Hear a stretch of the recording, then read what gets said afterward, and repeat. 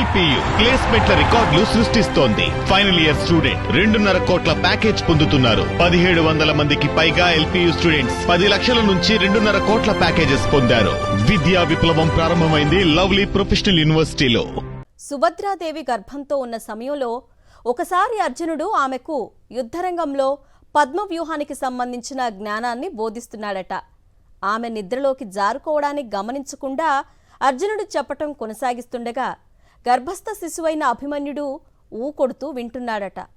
పద్మవ్యూహంలో ఎలా ప్రవేశించాలనే ఉపదేశాన్ని పూర్తి చేసి ఎలా నిర్గమించాలనే కథను అర్జునుడు ప్రారంభిస్తాడు. అదే సమయంలో కృష్ణ పరమాత్ముడు ప్రత్యక్షమై సుభద్ర నిద్రపోతోంది, ఇక చాలే అని ఆపించాడట.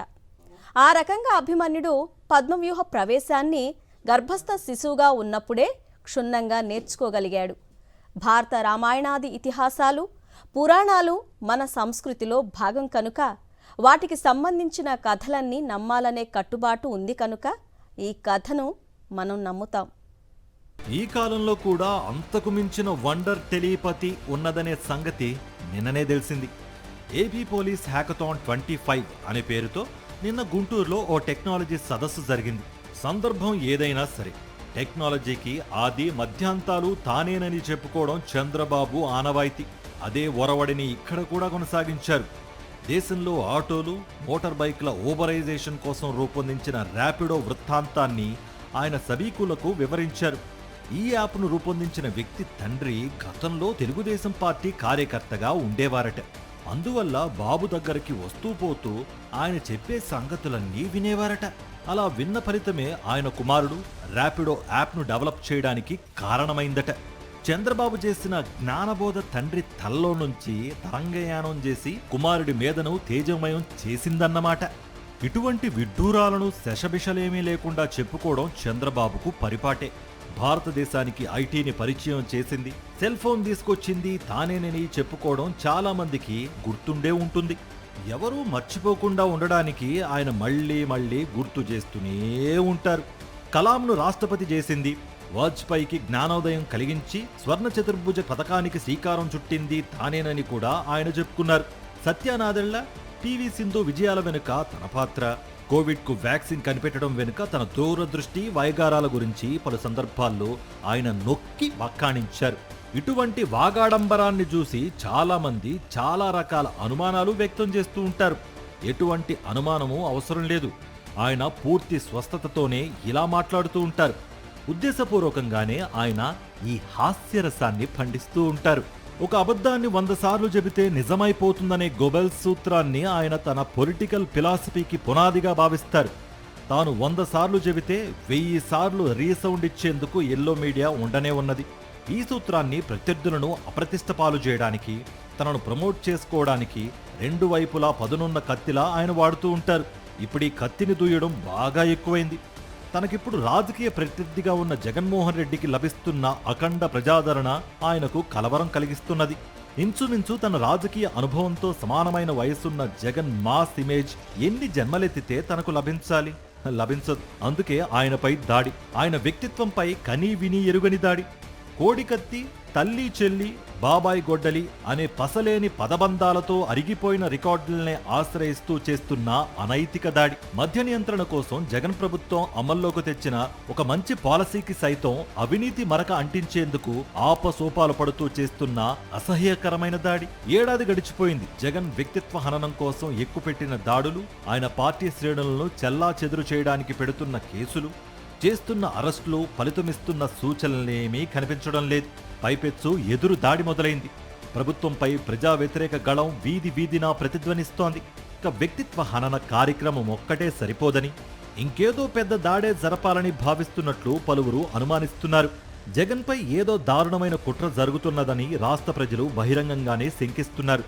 ఈ అనుమానాలను నిజం చేస్తూ జగన్ను ఉద్దేశించి ఆ భూతం తిరిగిరాదు, భూస్థాపితం చేస్తానని ముఖ్యమంత్రి చెబుతున్నారు. టీవీ ఇంటర్వ్యూల్లో కూడా చెబుతున్నారు. పెట్టుబడిదారులతో జరిగే సమావేశాల్లో చెబుతున్నారు. పోలీస్ అధికారుల సమావేశాల్లోనూ అదే రాజకీయ ఉపన్యాసం. కలెక్టర్ల మీటింగ్లోనూ అదే తరహా సంస్కారహీనమైన ప్రసంగం. జగన్ మళ్లీ వస్తే ఎలా అని పెట్టుబడులు పెట్టేవారు ఎప్పుడు ప్రశ్నించారో తెలియదు. జగన్ హయాంలో పారిపోయిన కంపెనీలేమిటో చెప్పరు. కూటమి వచ్చాక రూపాయికి ఎకరం ఇస్తామంటే తప్ప పరిగెత్తుకొచ్చిన ఇతర కంపెనీలేమిటో చెప్పరు. నిజానికి వాస్తవాలను పరిశీలిస్తే పరిస్థితి ఇందుకు పూర్తి భిన్నం. కూటమి నేతల కప్పం డిమాండ్లకు బెదిరి ఇండియా సిమెంట్స్ కోర్టును ఆశ్రయించాల్సి వచ్చింది. చెట్టినాడు, భవ్య సిమెంట్లు లంచాలివ్వలేక లాకౌట్లు ప్రకటించాయి. నవీన్ జిందాల్పై తప్పుడు కేసులు పెట్టి వేధిస్తే జేఎస్డబ్ల్యూ కంపెనీ రాష్ట్రాన్ని వదిలేసి మహారాష్ట్రలో 3 లక్షల కోట్లు పెట్టుబడి పెడుతోంది. మామూళ్ల కోసం కూటమి నేతలు యూబీ కంపెనీ లారీలను అడ్డుకున్న ఖ్యాతి ఢిల్లీ సర్కార్ను కూడా తాకింది. గ్రీన్ టెక్ రీమిక్స్ లో కోకోకోలా ప్లాంట్లో స్థానిక ఎమ్మెల్యేలు లంచాలు డిమాండ్ చేసి రచ్చకెక్కారు. రామాయపట్నం పోర్ట్ పనుల్లో వాటా కోసం ఎమ్మెల్యే లారీలను అడ్డుకుని గబ్బులేపాడు. కూటమి పాలనలో ఇటువంటి ఘటనలు డజన్ల కొద్దీ ఉదహరించవచ్చు. ఇక రూపాయికి ఎకరం కోటా పెట్టుబడిదారులను మినహాయించి కూటమి సర్కార్ తెచ్చిన పెట్టుబడులేమున్నాయి? ఎన్టీపీసీ వాళ్లు గ్రీన్ ఎనర్జీ కోసం 1,00,000 కోట్లు పెట్టుబడి పెట్టేందుకు జగన్ హయాంలోనే ఒప్పందం కుదిరింది. దానికి సంబంధించిన పరిపాలనా అనుమతులు, భూ బదలాయింపులు కూడా పూర్తయ్యాయి. ఇప్పుడు దాన్ని చంద్రబాబు తన ఖాతాలో వేసుకుంటున్నారు. జగన్ హయాంలో ఒక్క గ్రీన్ ఎనర్జీ రంగంలోని 10 లక్షల కోట్ల పెట్టుబడులకు ఒప్పందాలు జరిగాయి. అవి మా ఘనతేనని ఇప్పుడు కూటమి సర్కార్ ప్రకటించుకుంటున్నది. జగన్మోహన్ రెడ్డి దావోస్లో ఆదిత్య మిట్టల్తో సమావేశమై స్టీల్ ప్లాంట్ స్థాపనకు ఒప్పందం చేసుకుంటే అది కూడా బాబు తన జేబులో వేసుకున్నారు. నిజం చెప్పాలంటే ఏపీలో అమలవుతున్న రెడ్ బుక్ రాజ్యాంగం పారిశ్రామికవేత్తలను భయకంపితులను చేస్తోంది. రాష్ట్రానికి రావడానికి వారు నిరాకరిస్తున్నారు. కానీ జగన్కు భయపడి పరిశ్రమలు వెళ్లిపోయాయనే తప్పుడు ప్రచారాన్ని మాత్రం కూటమి నేతలు హోరెత్తిస్తున్నారు. ఎల్లో మీడియా గగ్గోలు పెడుతోంది. జగన్ను భూస్థాపితం చేస్తానని చంద్రబాబు 1కి 2 సార్లు అనగానే ఓ వృద్ధ నేత జగన్ తల నరుగుతానంటూ బీపీ పెంచుకున్నాడు. ఒకరి తర్వాత ఒకరు చొప్పున కూటమి నేతలు ఇటువంటి ప్రకటనలే చేస్తారు. జగన్మోహన్ రెడ్డి జనంలోకి వెడుతున్నప్పుడు ఆయనకు ఇవ్వాల్సిన Z+ కేటగిరీ భద్రతను నిరాకరించడం ద్వారా కూటమి సర్కార్ తన ఉద్దేశాన్ని బయటపెట్టుకుంది. ఆయన ఒక విశేష ప్రజాదరణ కలిగిన మాస్ లీడర్.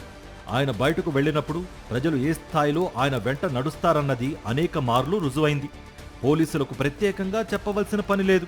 రాప్తాడు హెలిప్యాడ్ ని అసంఖ్యాక జనసమూహం చుట్టుముట్టిన విజువల్స్ ను టీవీల్లో చూడలేదా?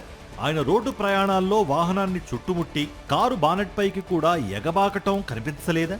ఆయనకు ఇవ్వాల్సిన భద్రత ఇవ్వకపోతే ఆయనంటే గిట్టని శక్తులు సమూహంలో చొరబడి ఆయన సమీపానికి చేరుకునే అవకాశం లేదా?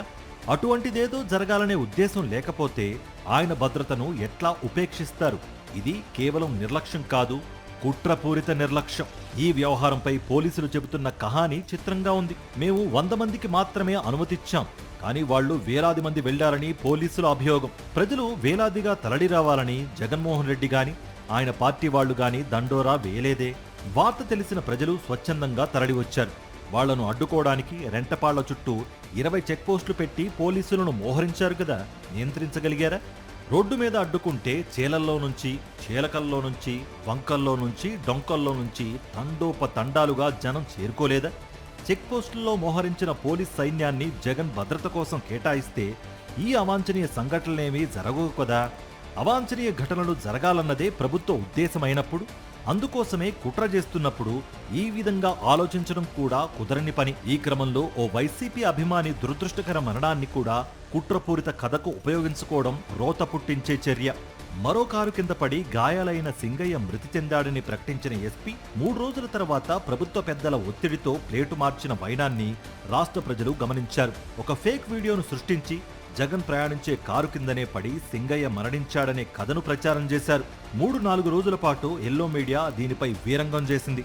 జాతీయ స్థాయిలో ఎన్డీఏ కూటమికి ప్రతిపక్షంగా వ్యవహరిస్తున్న కాంగ్రెస్ పార్టీ లోకల్ నాయకురాలు మాత్రం కూటమి తానా అంటే తందానా అనే స్థాయికి దిగజారిపోయారు. సింగయ్య మరణంపై ఎస్పీ ముందుగా చెప్పిన ప్రకారం నిర్లక్ష్యపూరిత డ్రైవింగ్ కు వర్తించే సెక్షన్లపై కేసులు పెట్టారు. జగన్మోహన్ రెడ్డి కారును రంగంలోకి దించిన తర్వాత ఉద్దేశపూర్వకంగానే ప్రమాదం చేసినట్లు సెక్షన్లు మార్చారు. తమ పార్టీ కార్యకర్తను జగన్మోహన్ రెడ్డితో పాటు అందులో ఉన్న వాళ్లంతా హత్య చేసే ఉద్దేశంతో కారు ఎక్కించారట. వాహనం ప్రమాదం చేస్తే అందులో ఉన్న ప్రయాణికులు ఎట్లా బాధ్యత వహిస్తారని ఉన్నత న్యాయస్థానమే చివాట్లో వేయవలసి వచ్చింది. సాక్ష్యాధారాలతో మళ్లీ వస్తామని ప్రభుత్వ లాయర్ న్యాయస్థానాన్ని అభ్యర్థించారు. మరి ఏ సాక్ష్యాలున్నాయని కూటమి నేతలు, ఎల్లో మీడియా నిపుణులు వీరంగం వేశారు. జగన్ భద్రతపై కూటమి సర్కార్ కపట నాటకం ఆడుతోంది. ఒక ఎమ్మెల్యేకు ఇవ్వాల్సిన భద్రతను ఇస్తున్నామని హోంమంత్రి చెబుతున్నారు. జగన్మోహన్ రెడ్డి కేవలం ఒక ఎమ్మెల్యే మాత్రమేనా? ఒంటరిగా పోటీలో దిగిన ఆయన పార్టీకి 40% ఓట్లు వచ్చాయి.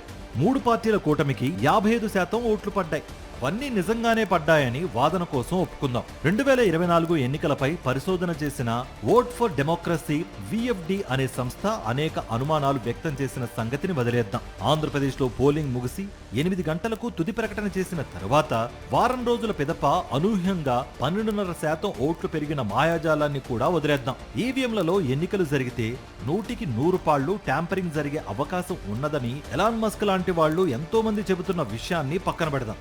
ఈవీఎంలతో జరుగుతున్న ఎన్నికల్లో అక్రమాలు జరుగుతున్నాయని, అందుకే సాక్ష్యాలున్నాయని America intelligence director Tulsi Gabbard చెబుతున్న మాటల్ని కూడా పెడచెవిన పెడదాం. అయినా 3 పార్టీలకు కలిసి వచ్చిన ఓట్లు 1,53,00,000.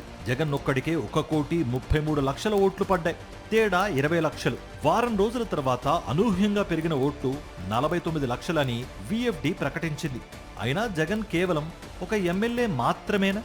ఇటువంటి సాకులతో జగన్ భద్రతను ప్రమాదంలో పడేయాలని ప్రభుత్వం కుట్రలు చేస్తే ఆయనకు పార్టీ కార్యకర్తలే రక్షణ కవచం అవుతారు.